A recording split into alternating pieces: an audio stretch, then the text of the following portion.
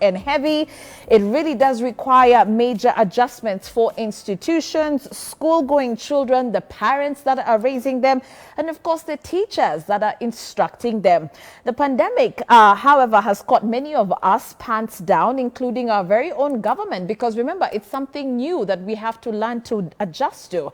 And so the question, of course, or the questions rather, is how well are we prepared to deal with change of this magnitude, and have we come to terms with the potential risk that children face by heading back to class?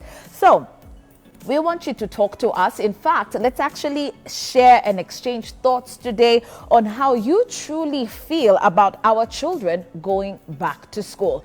Before I introduce my guests, let me share with you our question of the day so you can start texting. Here it is. What is the biggest concern that you believe parents have about their children going back to school? Do you think it's financial, or do you think it really is about their safety? What is the biggest concern in your opinion that parents do have about their children going back to school? Talk to us. Those numbers are there. Of course, you can call us. We'd love to hear your voice. Let me start off by introducing a very good friend to the show. She is Catherine Karira, a youth and teen mom mentor. Welcome to the program. Thank you, Shiko. Good to see you again. Good to see you again. All right. And then educationist and also a friend to the show, Joel Gitali, is back. Karibu sana. Asante. Does have great experience, of course, having been a teacher both in public and private sector. And then Anne Mushoki joins us, an educationist and a parent, mother of 5, and actually has one of her children in class 8. So she falls right at the center of this particular conversation, not just as an educationist, but as a parent. Hi, Anne. Hello, Shiko. Karibu sana. All right, so as we get started, I want to actually get your opinion on obviously what we did see with the short reopening notice and all the confusion that's been going on. Funny enough, we actually thought that President Uhuru Kenyatta would have announced something to do with schools reopening during the COVID-19 conference. But CS Magoha surprised us shortly after. Anne, I'm sure you do have a lot to say about that. Let me start off with you on your thoughts about the short reopening. Our president closed schools. I was just wondering why he didn't do us the courtesy of opening them himself, because it seemed a bit haphazard, to be honest. And with the rumors that had been generating the 19th, the opening in September, we weren't sure it was true. I think it was a bit sad that the media is one that announced the country that schools were opening when the president announced to the country that bars were opening. I think that was a bit of a shortfall right there. Right. Yes. Okay. Joel, what about you? It was a bit shocking, especially given that at some time the cabinet secretary had talked about January, and you could have read on the social media and elsewhere, even people telling each other, if you had money to pay, you can use it for something else until January. Some people had even relocated to go back to where they used to stay, maybe around that time. And then they are told schools are opening. So everything was thrown into confusion. Madam Karira. Okay, as parents, we were waiting for January because we were told even spend the money. And most of us have lost our jobs. And the children also knew January, so they said, I have another 3 months to myself. So when the call came for resume on Monday, actually, Shiko, they have told me at 20. Some of still imagining that it's a dream. They're wishing they don't have to go back. Yes. Really? So your kids actually told you no? Yeah, one boy told me I'm not a Form 1 to go back today. I'm in Form 4. They should have prepared me earlier. And I'm telling them, even if we give you the whole of the next 12 months, you never feel like going back to school. So we must demand and we call them back to school. Actually, Shiko, I'm calling Wasewa Nyubakumi, go knock on all doors. Any child that should be in school must go back to school somehow. By the way, a very good question that I even have for you back at home, dear viewers, is where are children in this entire conversation? Have we also spoken to them? And what are some of the things that your own kids are telling you as far as going back to school is concerned? Are they like Madam Karira's kids who say, by the way, I'm really not going back. You didn't prepare me enough. So give me until January, I will go back to school. But let's highlight some of the challenges public schools are facing, Bwana Joel. And What do you feel are the biggest issues when it comes to the public sector, for lack of a better word, or public schools, public institutions? The major problem is now the facilities. We have a shortage of facilities, classrooms, dormitories, especially those that have boarding. Yeah. And therefore, that idea of keeping social distance will not apply. And then, of course, the schools don't have money even to feed these children. As the country is talking, you hear the cabinet secretary talking about no child being sent away, and yet the child cannot be kept in school hungry. Yeah. So there are those challenges that cannot be avoided. You cannot have hungry children in school. Yeah. Some schools are not even there. Some were submerged, Right. some were swept away by the floods. And therefore, you are telling people who don't have where to go to school. Right. And as we are talking now, there are so many schools that will not have students, some will not have even teachers. Right. People relocated. Some of these people, you heard them being evicted from some areas like Kariobangi, Ruai, and others. Yeah. Where will they go to? Some of them have moved elsewhere.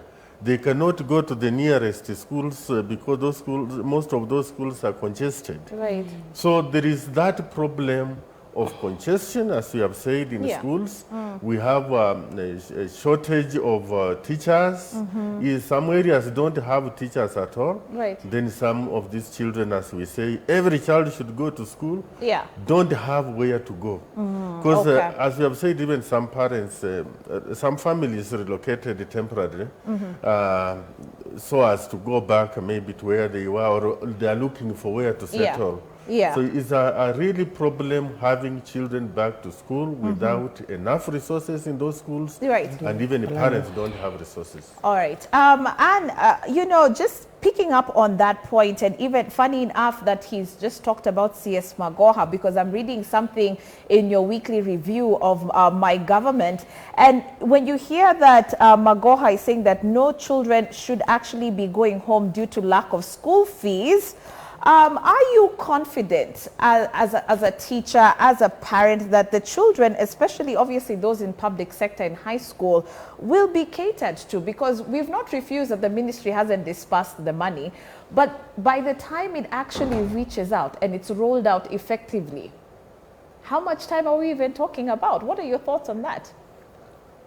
My thoughts on that are like, we had 7 months. Yeah. This was an emergency actually education has always been an emergency.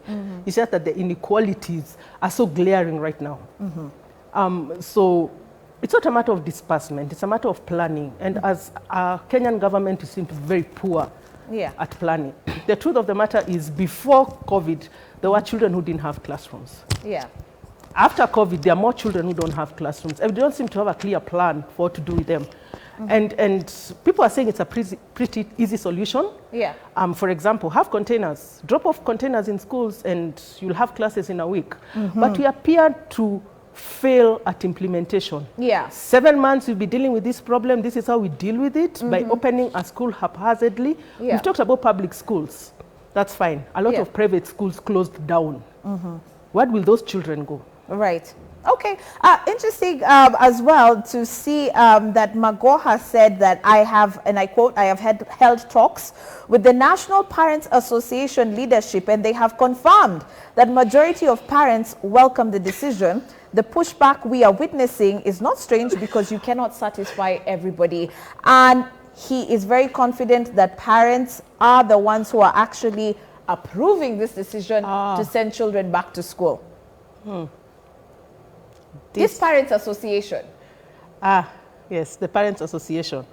I don't know what the Parents Association is. Apparently, I'm not qualified yet with 5 children. Despite having 5 kids. And in education, to be part of the Parents Association. Right. I don't know anyone who's in the Parents Association, so I can safely say they're not speaking for me as a parent, because they haven't asked my opinion. Yeah. So I would ask Magoha to take their feedback with a touch of salt. Yeah. Yes. Okay. Well, Madam Catherine, you know, we love you because you are always championing for the underdog. Yeah. And you are always speaking about teenage moms who have in your opinion, been forgotten in this entire conversation of, okay, so what happens to these moms now? Tell us about what you're witnessing on the ground, how their admission is going back to school. Are they being accepted by these institutions? Let me say, Shiko, before even Corona came, we still had pregnant girls. And what now I need to say is because we have 30,000 that are pregnant, that now at admission level, I don't know whether the girl can have the confidence to come and say, I'm pregnant. Yeah. Because if they do a disclosure themselves, it's going to save them from a lot of pain. If the girl could come and confide to the matron or the principal or the teacher inside of in charge of guidance and counseling, that will help them. Because, you know, pregnancy comes with a few complications, including not wanting to fit in very well. And also, unfortunately, the stigma. So we have to know that this girl is already hurting, so that we make the environment conducive for them.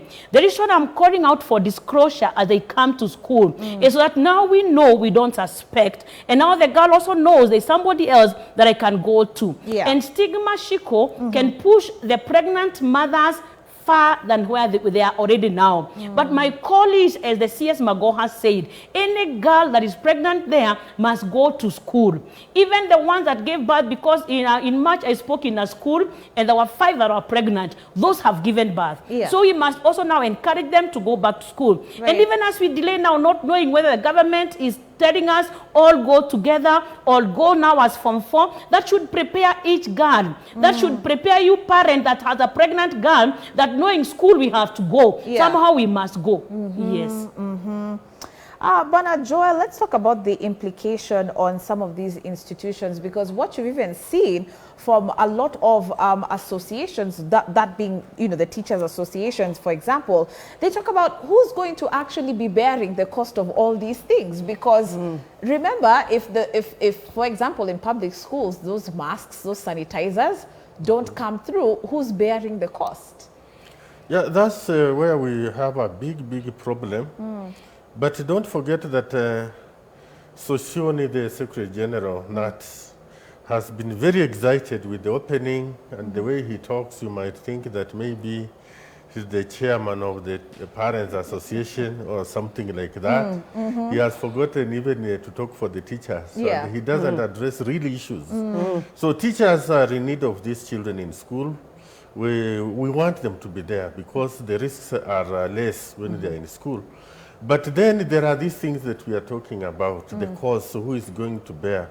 Given that there are some of these children who come from very poor families, and they cannot even afford, when somebody talks about 20 shillings, they think that that's very small amount. Right. But we have those who cannot afford even that 20 shillings.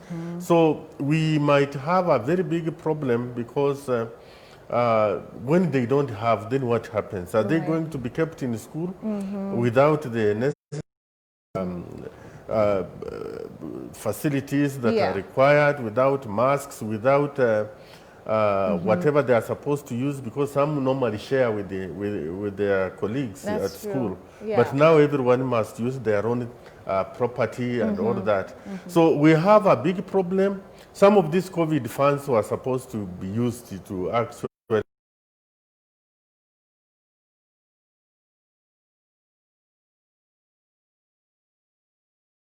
we cannot actually say.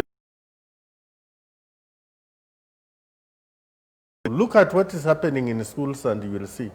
Even on the side of especially guidance and counseling, as my sister said, many schools don't know that.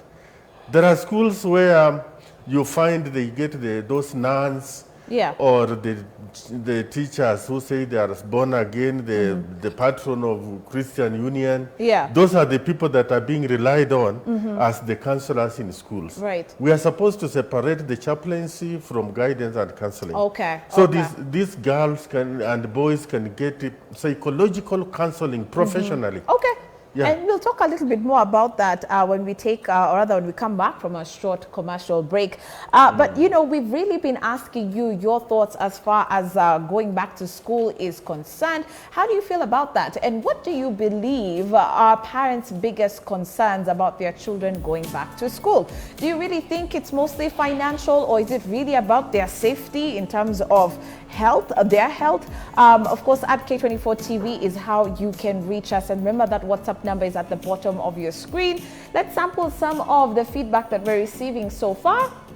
Someone says, hi Shiko, I'm Maggie from Engineer. Mostly parents are more concerned about their kids' safety as COVID cases are still increasing, and no matter how keen the teachers are in controlling the children, they will still come in contact, maybe when playing during a day break or the break time. So it's so hard for parents to stay comfortable at home knowing that their kids are out there exposed to the disease. Thank you so much.